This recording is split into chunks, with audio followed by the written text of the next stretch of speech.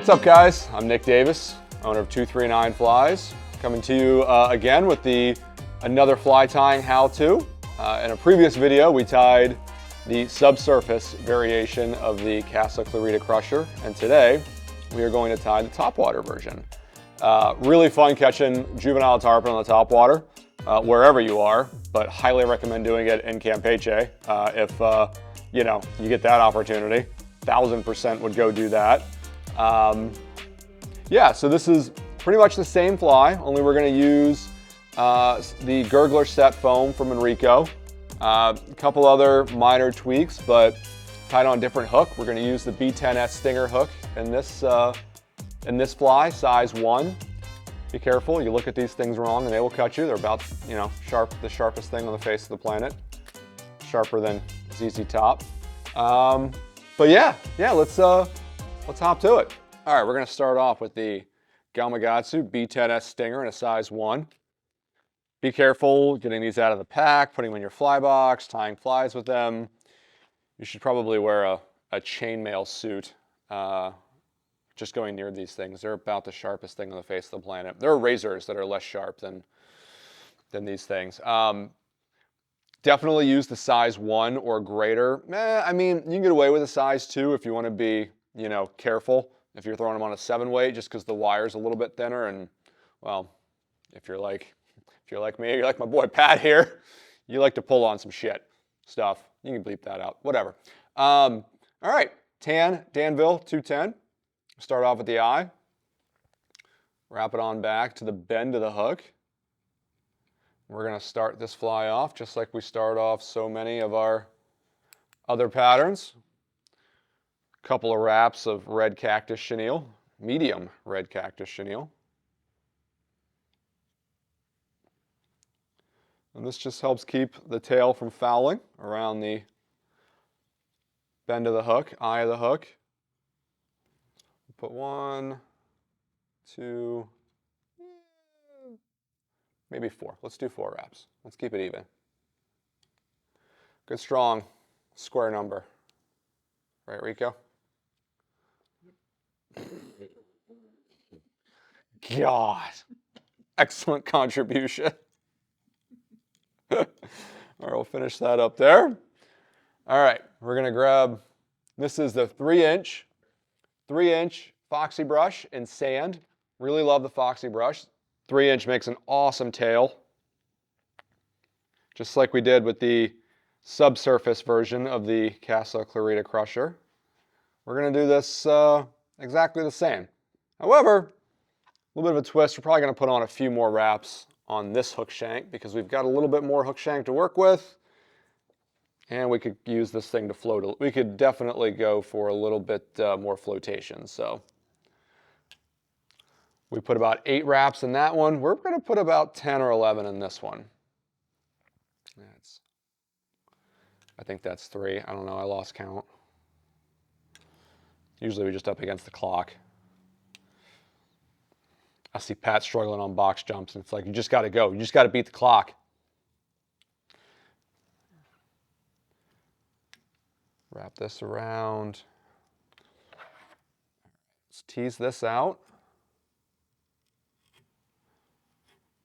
Yeah, that's not bad right there. Maybe just a smidge more. Just like with the toad variation, we're going to trim most of this up. And you're going to lose a lot of that tail. So you want to tie in a little extra. You can always add, but you, well, no, I was going to make a cooking analogy, but that's not going to work. God damn it, Rico. All right, we'll tie this off here. Coffee's kicking in. Coffee is really kicking in. You know, the funnest part about this Mexico trip was watching Nick Sergio, our boy Rico here, going through Mexican customs with his obscene amount of camera gear. When I saw Nick disappear, I was like, yeah, he's 1000% getting cavity searched in the back room. Absolutely. Not a shadow of a doubt in my mind. We all made it, though. We all made it. Nick was smiling. All right, we'll trim this out. There we go. That's looking nice. We're going to flip this over, grab our shorties. I like these shorty scissors to do this fly with. Just lets you get in a little bit tighter to the hook shank. I like the longer scissors for trimming up EP minnows. I like the shorter scissors for a lot of this stuff with the brush, shaping the brush. Just have a little bit more control. All right, there's that. That's looking pretty good. Nice little bullet-shaped tail there. Next, we're going to go with some black crystal flash. This is such a money material right here. Lateral lines for fish patterns, antenna for shrimp patterns. Black crystal flash is a very, very useful material. If you don't have any, well, you'll get some in the kit. Cherish it. Use it. Hang on to it. All right, I like to leave that just a little bit longer than the tail too. That looks good. That looks really good. Okay, this is coming together nicely. Next, we're going to do the 1.5" foxy brush in yellow in the cormorant poo color. As we talked about in the last video, the tarpon in Campeche love to chill underneath of the mangroves that the cormorants are chilling above. And let's just say the smell is formidable. And this just kind of has that the color of what we can't smell on video. That olivey and yellow and tan. That's the color for there, no doubt. Black and purple does it well too. Really depends on light conditions. I would definitely have both in the bag, and you can throw this in other places besides just Campeche, Mexico. Actually, I think our boy Pat and Nick are going to throw this at Redfish in the Estero Bay area after this video, so you know, stay posted. All right, use your flush cutters. Trim that off. Definitely don't use your bougie EP scissors to trim the wire off. That's not good for anyone's business. All right, trim that out. God.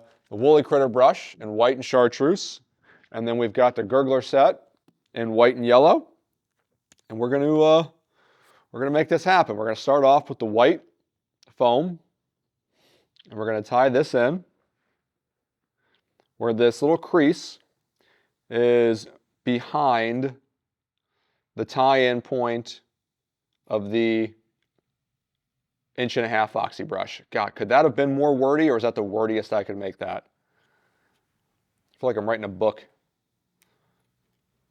Not a chance. Not a chance. First I have to learn how to read, which that's got its own set of unique circumstances. Next we've got the yellow fiber. We're going to tie that in right on top of that. We're just going to push this thread back a little bit to try to get that thread, yep, as far, I don't want to say as far back as we can, but just gaining some space for the woolly critter brush. All right, 1/2 inch woolly critter brush, white and chartreuse for this color scheme. And then we're going to tie this on right on top of the foam. Wrap it back a little bit, make sure it starts back where it should, and now we're going to wrap forward. Grab your hackle pliers. If you don't have hackle pliers, you should for spinning these brushes. It makes life much, much easier. And then we're just going to Arnie Palmy this thing around here. We're going to cover the hook shank. However much hook shank you got, we're just going to basically cover it with that. Not all of it, because we want to leave some tie-in space for our foam, because our foam's got to come down, but just, well, you'll figure it out. It's not rocket science. I can only take you so far. You're going to have to make some decisions on your own.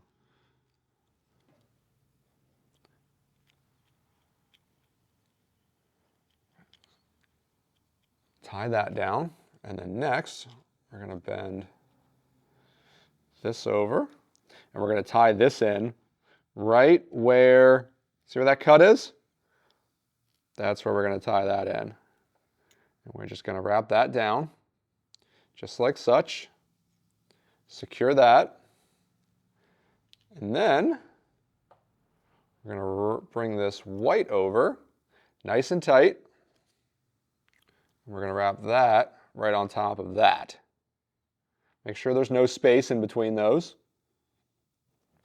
You don't want a bunch of empty space in there. You want those foams touching. Now, if you're a real jerk like I am, and you need eyes on your flies to be able to have the confidence to throw them, which is just a special level of asshole that I am, you can put these right here. Now, I cannot stress this enough.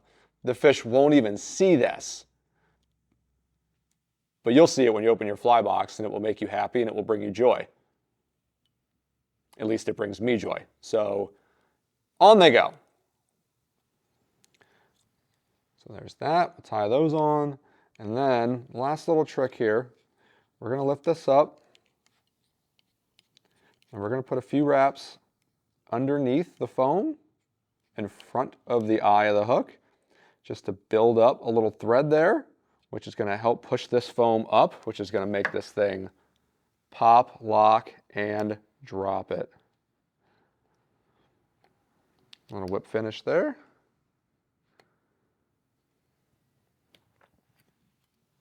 And then,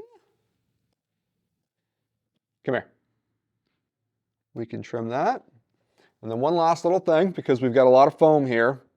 Whenever you're casting a gurgler or a fly that's got a lot of foam in it, all this extra foam is going to catch the air when you're casting and slow your cast down. So just to make this thing a little bit easier to cast, we're going to come in and just take a little bit off of this white foam just to trim it up level with the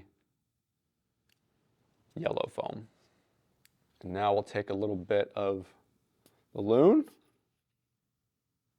and just bomb-proof this thing.